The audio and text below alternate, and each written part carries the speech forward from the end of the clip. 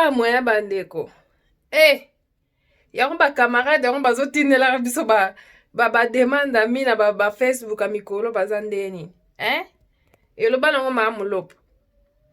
Bino bongo na biso. Oh. Yo tindeli mutu demande mi. Ça va bébé? Oh.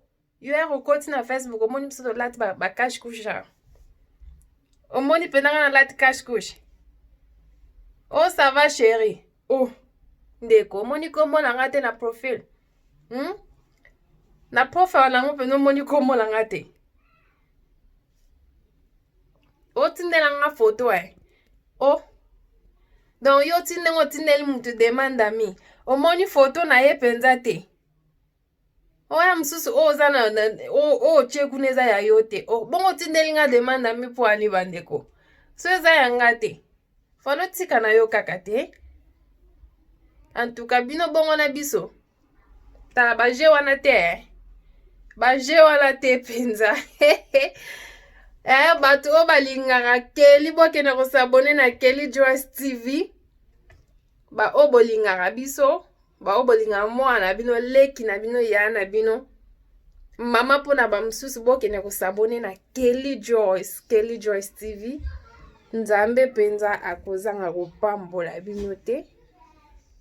Ozotini demande mi, ça va Kelly? Donc boza la rate ça va bébé. Na bébé ya mutu mususu. Boni boy. Na chérie ya mutu mususu. Donc comment la ngeza wana? Otini demande mi, ça va Kelly? Donc naninga mingi ko benga Joyce. Bo benga nga Joyce, Joyce. Nzamba pambola bino penza. Kandi bomu na hiver ezotoka. Boke s'abonner na Kelly Joyce. Bozo komelanga boze belé. Bozo tshilanga ba commentaire boze belé. Moi nazwa kut nazwa tanya ko répondre batu msute po tellement nazwa busy boza pe belé. Boke ne ko s'abonner na Kelly Joyce. Boke s'abonner na Kelly Joyce. Na bosa ni te kese mutoto pe chaîne nanga ka boke s'abonner kuna. Bo s'abonner ya trop. Tomone na mbala sima. Ba bisous ebele.